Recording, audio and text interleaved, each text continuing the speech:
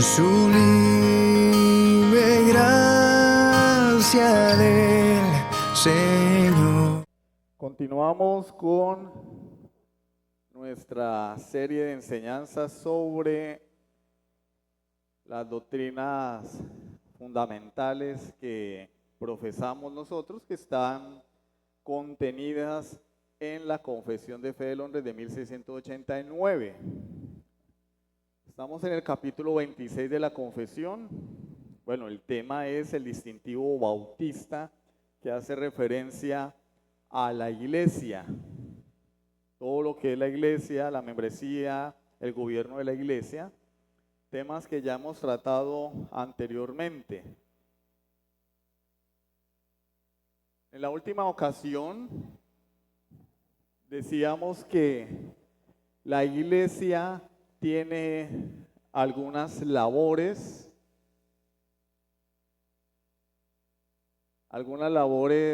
en cuanto al gobierno de la iglesia. Es que estoy leyendo el letrerito y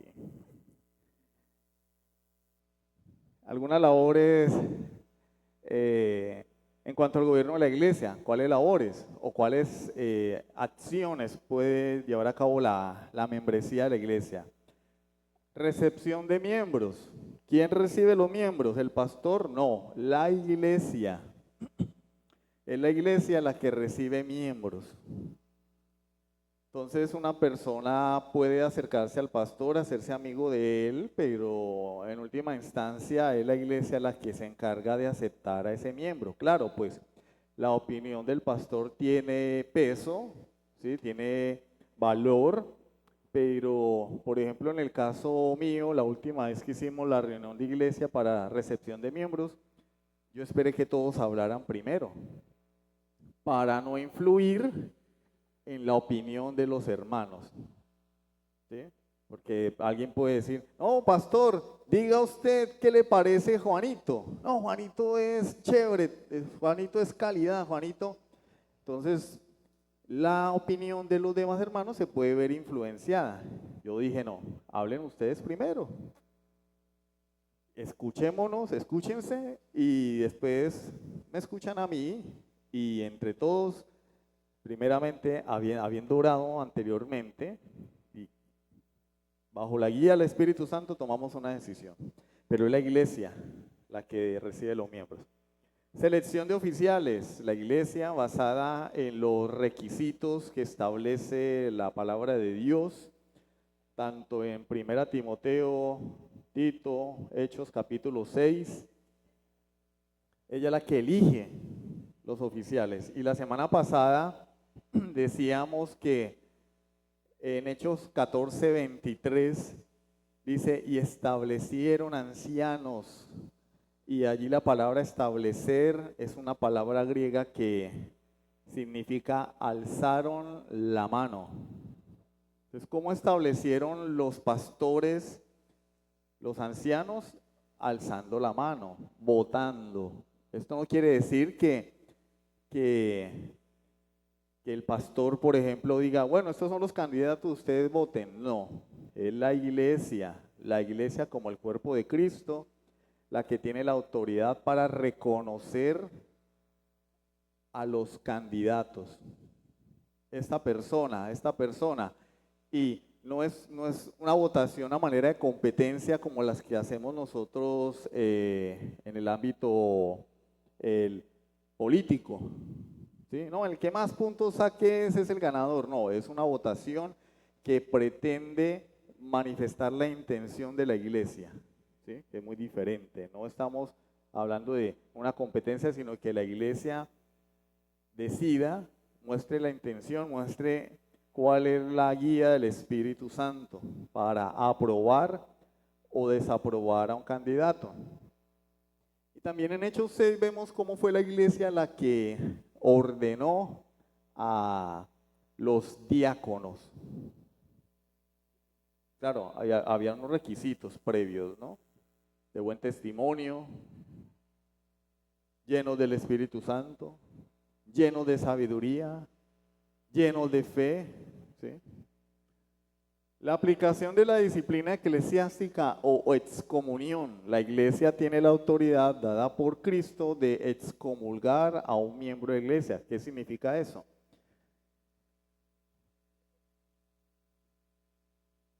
Retirarlo de la membresía. Este hermano ya no es miembro de nuestra congregación porque para nosotros como iglesia ya no es posible sostener que es un verdadero creyente. ¿Sí?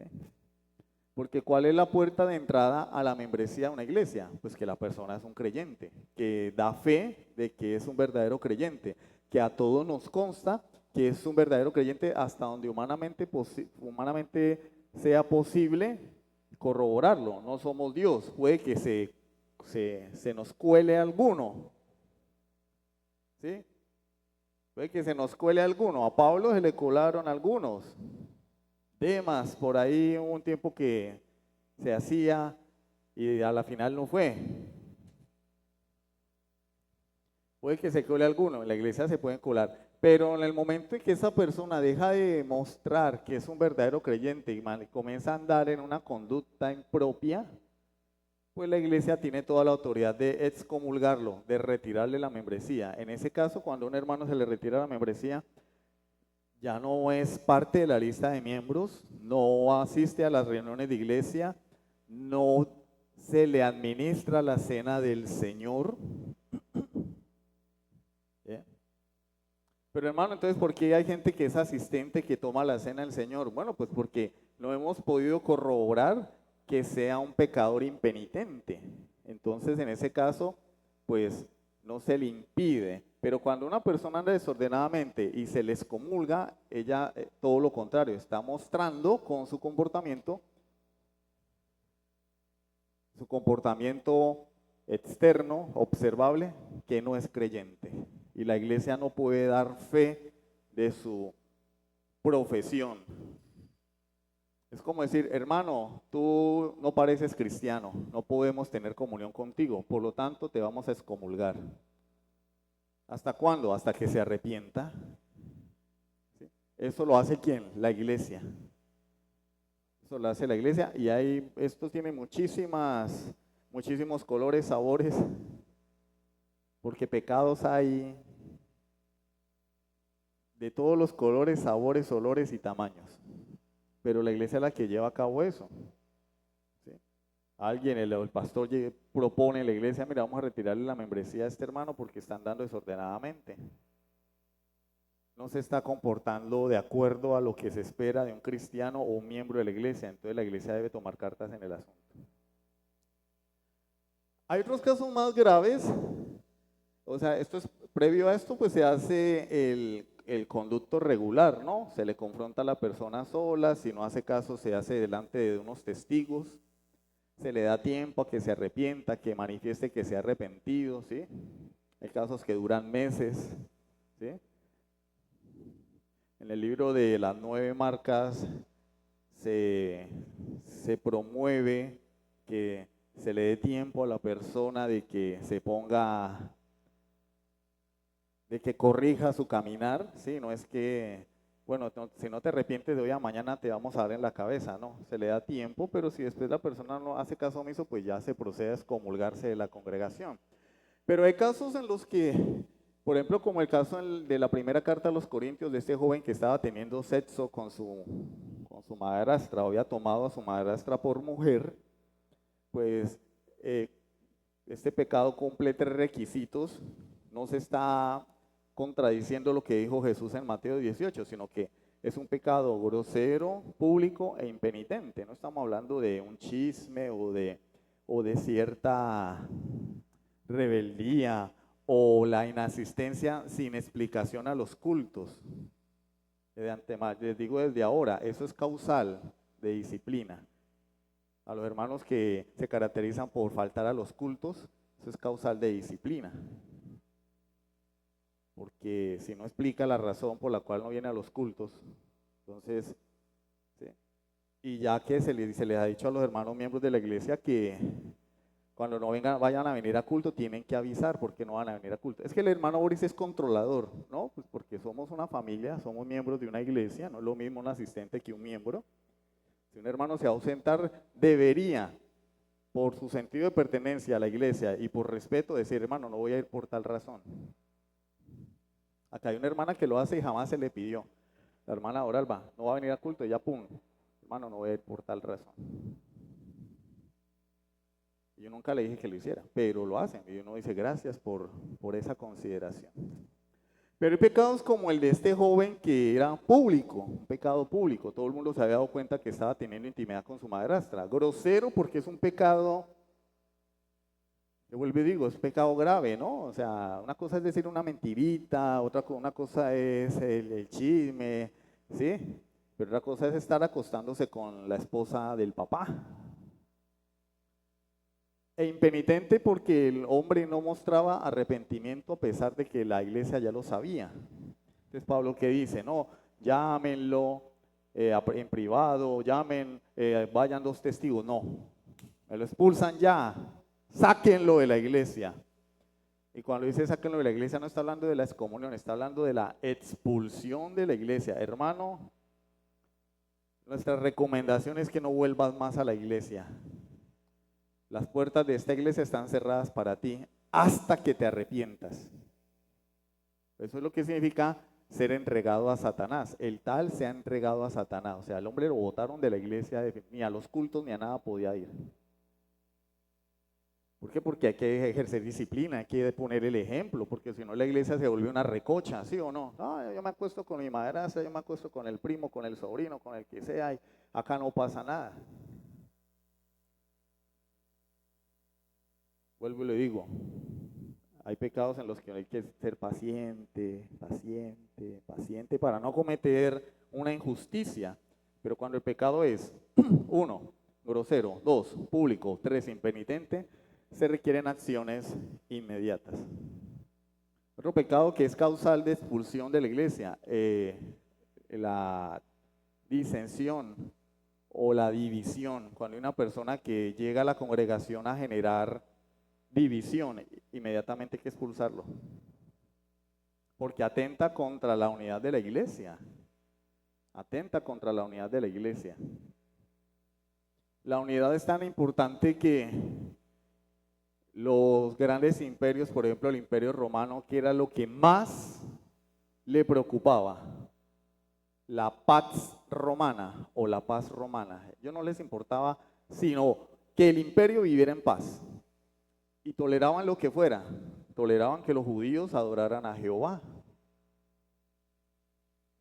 toleraban que los judíos juzgaran ciertos casos en cuanto a la religión, y Roma era el gobierno, pero no toleraban la división. Entonces cuando surgían estos grupos como los celotes, inmediatamente, ¡pim!, había que aplastar la rebelión. Cuando los cristianos fueron acusados de enseñar un Dios que iba en dirección opuesta a los dioses romanos y al César, inmediatamente la orden del emperador fue: hay que aplastar a esa secta, porque la unidad es importante. Ellos lo entendían, ellos decían: el día que Roma se divida, ese día caemos.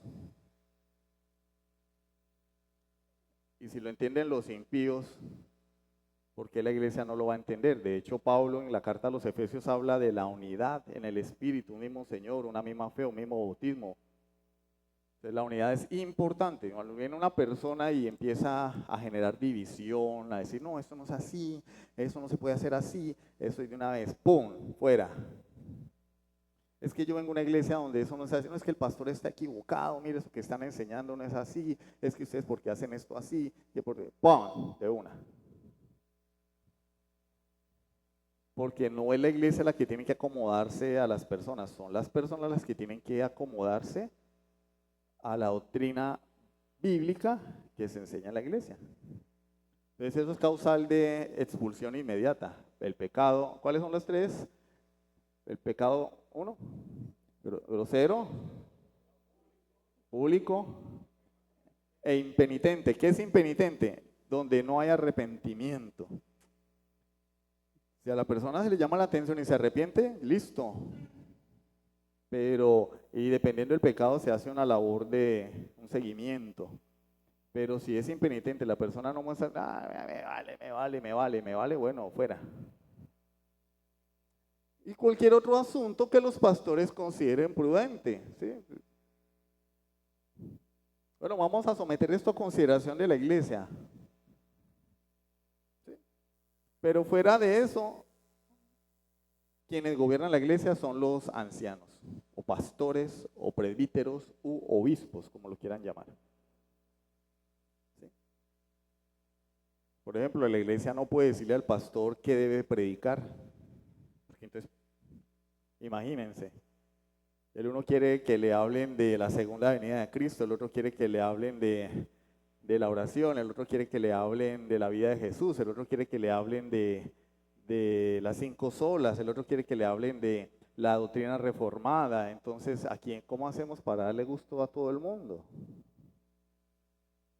O para eso se pone una persona para que guíe a la iglesia y a través del Espíritu Santo esta persona reciba de parte de Dios la dirección para darle a la iglesia lo que Dios considera que debe la iglesia aprender. Hermano, es que ya llevamos mucho tiempo con el Sermón del Monte. ¿Ya lo estás practicando? ¿Ha crecido tu vida de oración lo que hace que estamos hablando de la oración? No, entonces, triste. Tienes que seguir escuchando el Sermón del Monte hasta que te mueras. Hasta que en ti nazca un deseo de orar. ¿Sí o no? Como le dijeron a Spurgeon. Spurgeon una vez predicó el mismo sermón 2 domingos seguidos. Y se acerca a una señora y le dice, pastor, es que yo creo que usted se equivocó. Y Spurgeon le dice, ¿por qué? Dice, porque es que usted predicó el mismo sermón de la semana pasada. Y Spurgeon le dijo, no, yo no me equivoqué. La pregunta es, ¿usted ya lo empezó a practicar? ¿Ya practicó el sermón de la semana pasada? ¿Sí? ¿Ya lo estás poniendo en práctica? Ahora bien, este pedazo, pues está en la confesión y toca hablar de él y le compete a la iglesia. Siendo la obra Confesión de Fe, capítulo 26. Confesión de Fe de Londres, capítulo 26, creo que es el párrafo, ¿me ayuda Cali? Creo que no le puse el numerito, el 10. Siendo la obra de los pastores atender constantemente al servicio de Cristo en sus iglesias, en el ministerio de la palabra y la oración, velando por sus almas como aquellos que han de dar cuenta a Él, o sea, a Dios. Es la responsabilidad de las iglesias a las que ellos ministran, darle no solamente todo el respeto debido, sino compartir también con ellos todas sus cosas buenas, según sus posibilidades, de manera que tengan una provisión adecuada, sin que tengan que enredarse en actividades seculares y puedan también practicar la hospitalidad hacia los demás. Esto lo requiere la ley de la naturaleza y el mandato expreso de nuestro Señor Jesús, quien ha ordenado que los que predican el Evangelio vivan del Evangelio. No hablo de mi caso particular, gracias al Señor Dios tenemos nuestro trabajo y Dios nos sostiene, pero yo he visto pastores, hermanos, que viven en la inmunda, o sea, los zapatos rotos, y usted ve a esos hermanos llegar a la iglesia en severas camionetas y el pastor con los zapatos rotos y uno dice, ¿qué es esto? Es que piensan que el pastor es cuerpo glorioso, o sea, que se alimenta de la presencia de Dios, de los destellos de la presencia de Dios. No, es un mandato de la Escritura. ¿Sí? Conozco aquí algunos, es más, conozco algunos que han dejado el ministerio por eso, porque la iglesia es mezquina con ellos, y entonces tienen una mujer y la mujer empieza, pero mi amor, mire, ¿cómo así? Tienen una mujer, tienen hijos, no lo van a dejar morir de hambre porque la iglesia es mezquina. Entonces, ¿qué hacen? Bueno, toca dejar el ministerio, hay que salir a trabajar, porque el primer ministerio del hombre es su casa. Si el hombre, por servir en la iglesia, descuida su hogar, ya está violando un requisito que es gobernar bien su casa, y gobernar es proveer. ¿Sí? Entonces, si el hombre no provee para su casa, pues ya está violando un requisito. Pero muchas veces sucede es por la mezquindad de la iglesia, ¿sí? Yo digo, he visto casos aquí en el municipio de pastores que tienen que ponerse a hacer, saltar matones porque la iglesia no provee para ellos. Y no estoy hablando de que se enriquezcan con el evangelio, pero vuelvo y les digo, hermanos con su buena camioneta, su buena casa, su buen negocio, y el pastor, zapatos rotos, ropa regalada porque no tiene para comprar ropa, yendo a almorzar a las casas de los hermanos porque a veces en casa no hay. Eso es inconcebible y eso es un gravísimo pecado. San Waldron, en su comentario de la confesión de fe, dice que eso trae maldición para la iglesia. ¿Sí? Estoy citando a San Waldron, no literalmente, pues porque no me aprendí el comentario, ¿no? Pero sí dice eso en su comentario. Y no, pues no estamos hablando del evangelio de la prosperidad tampoco, ¿no? Pues porque, pero muchas veces por tirar el agua sucia de la bañera botamos al niño. No, pero es que ya no estamos en la prosperidad. Pero cuando estábamos en la prosperidad éramos más dadivosos, porque había una motivación. ¿Sabes cuál es la motivación? El cambalache. La motivación del creyente cuando estábamos en el evangelio de la prosperidad era: si doy, Dios me lo multiplica. Pero cuando estamos en la gracia, como esa motivación desaparece, porque hay que dar es por amor a Dios, como uno propone en el corazón, entonces somos mezquinos. Somos mezquinos. Y los extremos son malos. La Biblia nos enseña un equilibrio, ¿sí? Pablo dice, según como haya prosperado. El primer día de la semana, pongan aparte algo, según como hayan prosperado, ¿sí? Y el texto de 2 Corintios 9:7 demasiado claro. Cada uno dé como propuso en su corazón, no con tristeza ni por necesidad, porque Dios ama al dador alegre. Hay que dar con alegría, ¿sí? Para el sostenimiento de la iglesia. Pero vamos a la Biblia, porque la confesión puede decir y yo puedo decir, pero vamos a lo que enseña la Escritura. Hechos capítulo 6, versículo 4.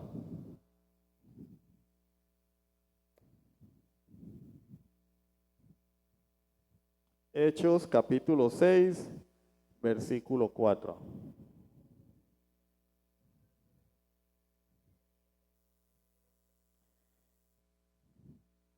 Y nosotros persistiremos en la oración y en el ministerio de la palabra. ¿Quiénes estaban hablando ahí? Los discípulos, los apóstoles, perdón. Recordemos que la primera parte del párrafo dice que la obra de los pastores es ¿qué? Ministerio de la palabra y la oración. Esa es la obra de los pastores de una congregación, ¿sí? Ministerio de la palabra y la oración, es decir, estudiar la Biblia para darle el alimento espiritual al pueblo, y la oración. Claro, hay otras labores del pastor, la visitación, ¿sí? La administración de la iglesia, pero sobresale el ministerio de la palabra y la oración, y ahí lo tenemos en Hechos capítulo 6, versículo 4. Hebreos 13:17. Hebreos 13:17 dice, obedeced a vuestros pastores.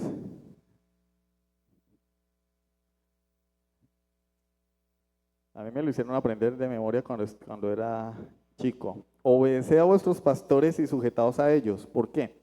Porque ellos velan por vuestras almas, como quienes han de dar cuenta. ¿Por qué razón la iglesia debe obedecer a él o a los pastores? Porque él está trabajando en beneficio del alma de las personas. Cuando el pastor le dice a un hermano que está ausentándose de los cultos, hermano Juanito, ¿qué te está pasando? Ah, no se meta, ¿a usted qué le importa? ¿A usted quién es? ¿Cómo así? Yo me estoy despreocupando por tu alma. Imagínense que un niño está enfermo, ustedes que son papás, hoy tienen niños o nietos, el niño está enfermo, y la mamá o la abuelita le hace un caldo de pollo o de costilla, ya me dieron antojos, y le va a dar al niño el caldo. Si el niño está enfermo, ¿qué debe hacer el niño? Comerse el caldo de pollo para vencer ese malestar o esa gripa. Le va a dar el niño el caldo de pollo, el niño y empieza a manotear y le tira la cuchara y le tira el caldo por encima. ¿Quién está mal? la mamá o la abuela, por querer cuidar del niño, darle el caldo, pues está cuidando su salud o el niño. Está mal el niño. No que la mamá, la abuela o el papá están actuando en pro del bienestar de este niño. Cuando un pastor se acerca a un hermano que está en pecado, y yo no estoy hablando de pecado, es adulterio, fornicación, asesinato, ¿no? Socialismo, ¿no? Estoy hablando de chisme, de soberbia. La soberbia es pecado, ¿sí sabían? La soberbia es pecado. De no compartir con los hermanos, eso es pecado, ¿sí sabían? Porque la Biblia habla de comunión, que la iglesia debe tener comunión. De yo no voy a la casa de ese hermano porque no me cae bien, eso es pecado, ¿sí sabían? ¿Y sabían que todos los pecados son juzgados por Dios? ¿Sí sabían? Y traen consecuencias, y por eso muchos andan enfermos por ahí, ay, me duele, Pues hay que revisarse. Y podemos hablar de esos pecados que parecen bobos. No necesariamente tenemos que matar a un cura, ni adulterar con 5 mujeres, no. Pecado, chisme, un mal comentario, murmuración. Y eso es pecado. Y el pastor, mire hermano, no, el hermano tiene que recibir, porque el pastor se está preocupando por su alma, por su alma. Hermano, me he dado cuenta cómo tratas a tu esposa. Me parece que no es correcto. Ay, ¿usted quién es? ¿Para qué se meta? Que no. Reciba el comentario, reciba la instrucción. Mujer, me he dado cuenta cómo tratas a tu esposo. Y no es agradable a los ojos de Dios lo que está haciendo. No, recíbalo. Es lo que Dios manda en su palabra. Padre, no estoy de acuerdo, o esto es aquí les duele más, porque a nadie le gusta que le digan cómo criar a los hijos, y menos si alguien no los tiene. Pero como yo no vengo a hablar de mis experiencias, sino lo que la Biblia enseña, y en la Biblia está escrito, no me gusta cómo estás criando a tu hijo, lo estás mal criando. No, recíbalo, hermano, es alimento espiritual. Estás velando por tu alma. ¿Y qué dice el autor? Debes obedecer porque el pastor o los pastores están velando por tu alma. ¿Por qué? Porque tienen un patrón y ese patrón les va a pedir cuentas. Y como yo no quiero que me jalen las orejas, mi patrón me jale las orejas o me dé un leñazo, pues me toca hacer la tarea. Porque él manda, bueno, ¿qué hubo pues? ¿Y este hermano qué?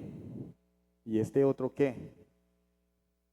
Y en aquel día el Señor dirá, bueno, ven para acá, mira, ¿qué pasó aquí? ¿Qué pasó allá? No, pues es que no les dije nada porque se ponían bravos. No. Yo voy a rendir cuentas, ustedes van a rendir cuentas, pero yo voy a rendir cuentas por todos. Peor todavía, ¿sí o no? Más tenaz. Primera a Timoteo capítulo 5, versículos 17 y 18. Primera a Timoteo capítulo 5, versículos 17 y 18. Hermano, y hay una flechita que dice versículo 3, sí, porque después damos un saltito hacia atrás. A ustedes que les gusta el baile, damos un saltito. ¿Ya lo tienen? Los ancianos que gobiernan bien sean tenidos por dignos de doble honor, mayormente los que trabajan en predicar y enseñar. Pues la escritura dice, no pondrás bozal al buey que trilla, y digno es el obrero de su salario. Entonces, vuelvo y les digo, esos casos donde vemos congregaciones aquí en el municipio, donde el pastor parece un indigente, congregaciones de 100 personas, de 50 personas, el pastor parece un indigente. Claro, si pertenecen a cierta organización donde llega el apóstol como un ave de rapiña y agarra todo, pues. Pero hablamos de una iglesia local que trata de gobernarse bíblicamente. Pablo dice que los ancianos, pastores, obispos o presbíteros deben ser tenidos por dignos de doble honor. Hermano, ¿qué significa digno de doble honor? Entonces, la respuesta rápida es sostenimiento económico, remuneración o salario. Pero si damos un saltito hacia el versículo 3, Pablo está tratando los deberes dentro de la congregación, deberes mutuos, y especialmente el tema de las viudas, ¿sí? Que me gustaría profundizar un poquito en la cuestión de las viudas, porque hay un malentendimiento, ¿cierto?, dentro de la iglesia, donde se piensa que a todo el mundo hay que ayudarlo. Y Pablo dice, no. Pablo dice, no. ¿Cómo la ven? Versículo 3. Honra a las viudas que en verdad lo son, porque hay viudas que no son viudas, que son viudas de mentiritas. ¿Cuáles son las viudas que en verdad son viudas? Pero si alguna viuda tiene hijos o nietos, aprendan estos primero a ser piadosos para con su propia familia y a recompensar a sus padres, porque esto es lo bueno y agradable delante de Dios. Versículo 16. Si algún creyente o alguna creyente tiene viudas, que las mantenga y no sea agravada la iglesia, a fin de que haya lo suficiente para las que en verdad son viudas. ¿A quién debe ayudar la iglesia? A las mujeres que en realidad son viudas. Esto ya traza una línea divisoria. Solo a las mujeres que en realidad son viudas. ¿Cuáles las mujeres que en realidad son viudas? Versículo 9. Sea puesta en la lista solo la viuda no menor de 60 años, que haya sido esposa de un solo marido, que tenga testimonio de buenas obras, si ha criado hijos, si ha practicado la hospitalidad, si ha lavado los pies de los santos, si ha socorrido a los afligidos, si ha practicado toda buena obra. Esto es una viuda. Es decir, una mujer que por la providencia de Dios quedó desamparada, quedó sin hijos, quedó sin marido y que sirve dentro de la iglesia. ¿Habla de qué? Buen testimonio, haber criado a sus hijos, practicar la hospitalidad, lavar los pies de los santos, o sea, misericordia, socorrido a los afligidos y practicar toda buena obra. Esas eran las mujeres que en la iglesia del primer siglo eran ayudadas. Porque en el versículo que acabamos de leer, el 16 dice, si algún creyente o alguna creyente tiene viudas, que las mantenga. Entonces, si hay una mujer que no tiene marido, pero tiene hijos, ¿quiénes deben mantenerla? Los hijos, no la iglesia. ¿Sí? Si es una mujer joven, menos. La iglesia no tiene responsabilidad con ella. ¿Por qué? Porque en la lista solamente podía haber mujeres mayores de 60 años. Menores de 60 años, Pablo dice, no me las incluyan en la lista de siervas viudas, porque la viuda servía en la iglesia. Esto da por hecho o implícitamente nos dice que la iglesia no es una casa de beneficencia. No, mire, es que hay una hermana, hay una señora por ahí, vamos allá. No, espérate. Es parte de la iglesia, sirve en la iglesia, tiene buen testimonio, no tiene familia, es mayor de 60 años, sí, listo, vamos a ayudarla. Menor de 60 años, no. ¿Por qué? Pero viudas más jóvenes no admitas, porque cuando impulsadas por sus deseos se rebelan contra Cristo, quieren casarse. ¿Es pecado casarse, hermano, habiendo quedado viuda? No. Pablo lo que está diciendo aquí es que habían jóvenes o viudas más jóvenes que ingresaban en la lista de las viudas, es decir, servían dentro de la iglesia y recibían ayuda de la iglesia. Pero al ser jóvenes, y usted sabe que no es lo mismo una mujer joven que una mujer adulto mayor, sus deseos sexuales la llevaban a desear casarse otra vez, que no es pecado. ¿Cuál era el pecado? Abandonar el servicio en la iglesia. Y Pablo lo llama, versículo 15, porque ya algunas se han apartado en pos de Satanás. Estaban en la iglesia sirviendo, tal, y todo chévere, cuando, no, mire, ese hombre está como simpático, vamos a casarnos, y dejaban el servicio. Pablo dice, no, entonces, ¿para qué se ponen a servir? ¿Para qué se incluyen en la lista de viudas? No, de mayor de 60 años. ¿Y las más jóvenes? Versículo 14. Quiero pues que las viudas jóvenes se casen. ¿Ve que casarse no es pecado? Críen hijos, gobiernen su casa, que no ven al adversario en ninguna ocasión de la maledicencia. Quedaste viuda, eres menor de 60, cásate. Pero no le digas a la iglesia que eres una viuda, que quieres servir y tal, no. Cásate.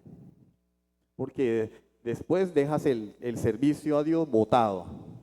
Y lo llama Pablo ir en pos de Satanás. ¿Cómo la ven?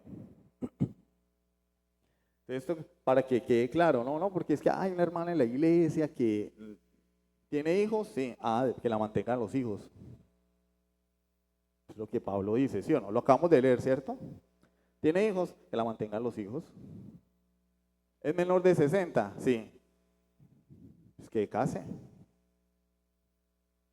El hermano Boris no tiene corazón, no. Dios no tiene corazón entonces, porque Dios es el que escribió esto inspirando al apóstol Pablo. ¿Tiene hijos? El deber es de los hijos.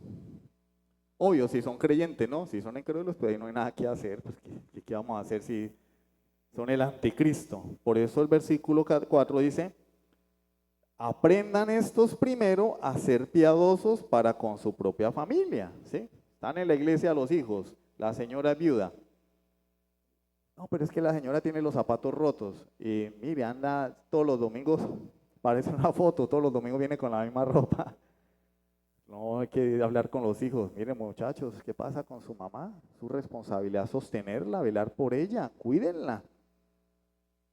Pero es que no hay plata. No, es su responsabilidad. ¿Hay plata para el bebé? Sí, pues también hay plata para la mamá.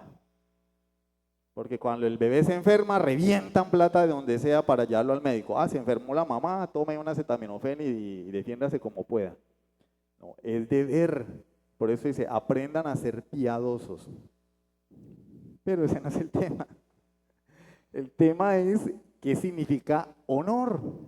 Versículo 3, honra a las viudas que en verdad lo son. Y cuando Pablo le dice a la iglesia, honra a las viudas, a Timoteo, está diciendo, sostengan a las viudas que de verdad son viudas. Recuerden que el problema en Hechos capítulo 6 surgió a raíz de eso, una disputa entre griegos y judíos, porque las viudas de los griegos eran dejadas a un lado y se atendían primero las viudas de los judíos. O sea, esto es una práctica de la iglesia desde sus propios inicios, atender a las viudas, pero Pablo dice, las que de verdad lo son, honra. Y el versículo 17 dice, los ancianos que gobiernan bien sean tenidos por dignos de doble honor, doble honra. O sea, si a las viudas se les sostiene en la iglesia, a las viudas de verdad, entonces los ancianos, obispos, presbíteros o pastores deben ser sostenidos doblemente. Luego le digo, no lo digo por mí porque yo no vivo del evangelio, pero sí de gente que anda con los zapatos rotos, que para ir a visitar tienen que andar a pie, en bicicleta, mientras hay 4 o 5 hermanos con sus buenos carros en la iglesia. Y no estoy hablando de socialismo, estoy hablando de que Dios, ¿cómo se sostiene la iglesia? Yo les pregunto a ustedes, ¿cómo se sostiene la iglesia?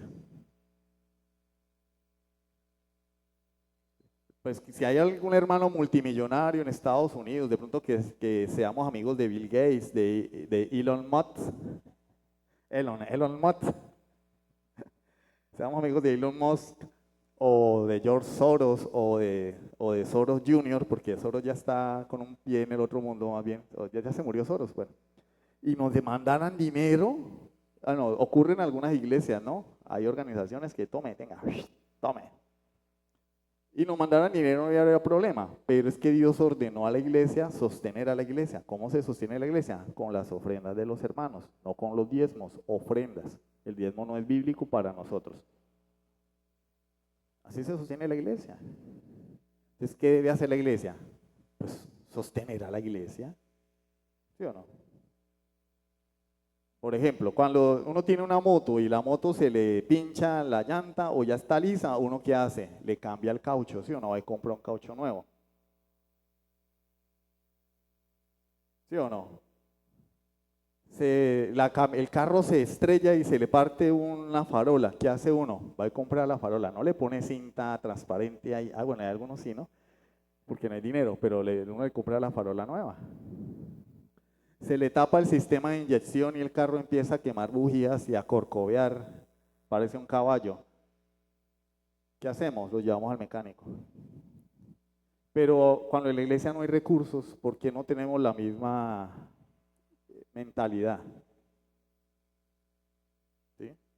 Cuando las sillas están rotas. Hermano, ¿sabe cómo puede usted arreglar las sillas? Ah, qué bien.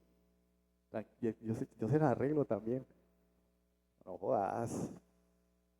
Recuerden que la labor de los pastores es el ministerio de la palabra y la oración. Uy, hermano, esas sillas están rotas. ¿Quiere que le diga cómo las puede arreglar? Claro, dígame, ilumíname con tu sabiduría. ¿Sí? ¿Cuánto vale una silla? 30.000 pesos, 30 y pico ahí en la cesta. Y eso no lo gastamos en una salida a comer hamburguesa. Es más, eso vale una hamburguesa. Y una silla vale 30, hombre. Ah. Y en lugar de uno decir, voy a traer una silla, lo que dice es, hermano, mire, ¿sabe cómo arregla la silla? Mire, hágale así, así, asado. Ah, claro, sí, sí. Gracias a Dios ya se arreglaron. Pero tocó buscar quién las arreglara porque pues, la labor del pastor es el ministerio de la palabra y la oración. Si puede arreglar las sillas, bien, pero si no las puede arreglar porque no le queda tiempo, pues tiene que buscar quien arregle la silla, le meta costura ahí con lo que pueda. Quedan como Frankenstein las sillas, ¿no? Con una chaguala ahí todas remendadas. ¿Quién queda mal? ¿El pastor? No, la iglesia. Que viene la visita y dice, uy, estas sillas todas remendadas, ¿qué pasó? Ah, para que vean, no hay ni para sillas. ¿Sí? Entonces, debemos entrar en esa conciencia, porque el pastor no está pidiendo para él, está pidiendo es para la iglesia misma. Primera los Corintios 9:14. Uy, el hermano nos está dando duro. No, no es con él. Lo que pasa es que él tenía esa espinita aquí en el corazón. Ustedes saben que es con amor, ¿no? Primero los ¿cómo sería sin amor, no? 9:14. Ahora no es para mañana no vayan a venir con un camionado de sillas, ¿no? Hermano, mire aquí. No, no, no, no, no. Tampoco, tampoco. 9:14. Así también ordenó el Señor a los que anuncian el Evangelio que vivan del Evangelio. Llega un momento donde la congregación se hace tan grande que ya es necesario que el pastor o los pastores trabajen a tiempo completo. En ese caso, la iglesia debe sostenerlos porque es un trabajo como cualquier otro.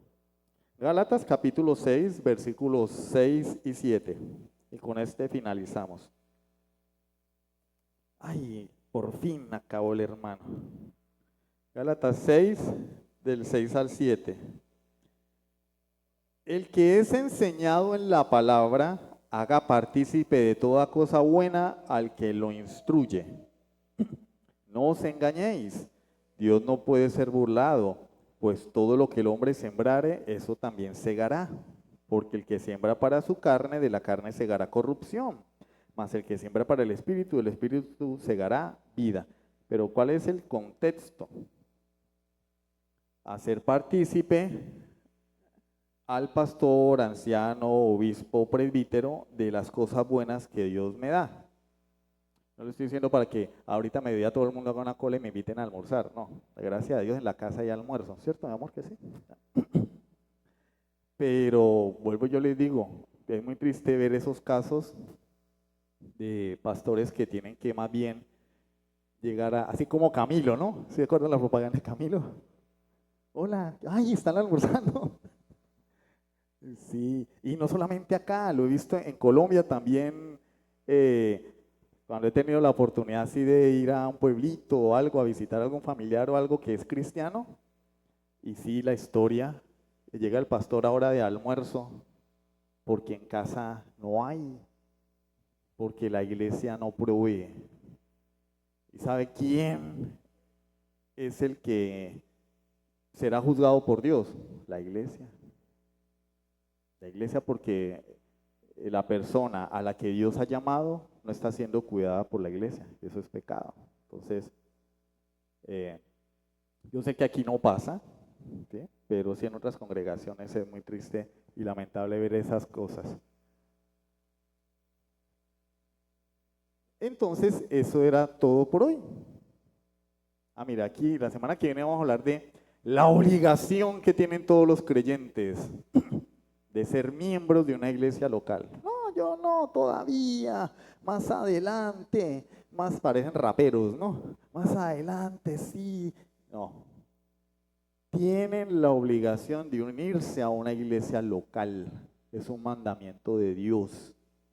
No, es que yo voy a esperar a ver el año entrante, dentro de 2 años, a ver si sí, si no, es que todavía no estoy convencido. Estás en pecado. Sea bautizado o no. ¿Te vas a bautizar? No, pues es que todavía no estoy convencido. Yo vamos a ver más adelante si llueve para arriba, si hay eclipse lunar, entonces me bautizo. Pecado, pecado. Lo vamos a ver la semana entrante y también vamos a hablar de ese asunto de yo no voy a la iglesia porque fulano no me saludó. No he vuelto a la iglesia porque me miraron mal. Vamos a ver si la Biblia avala eso. Y la confesión lo avala. Pues de antemano les digo que no. ¿Sí? Pero eso lo vamos a ver la semana que viene, si Dios lo permite. ¿Listo? Vamos a orar.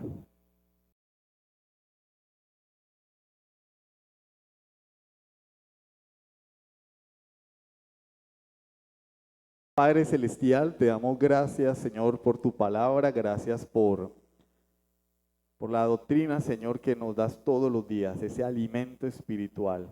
Pero pues de nada sirve tener una buena ortodoxia teniendo una mala práctica o una praxis deficiente.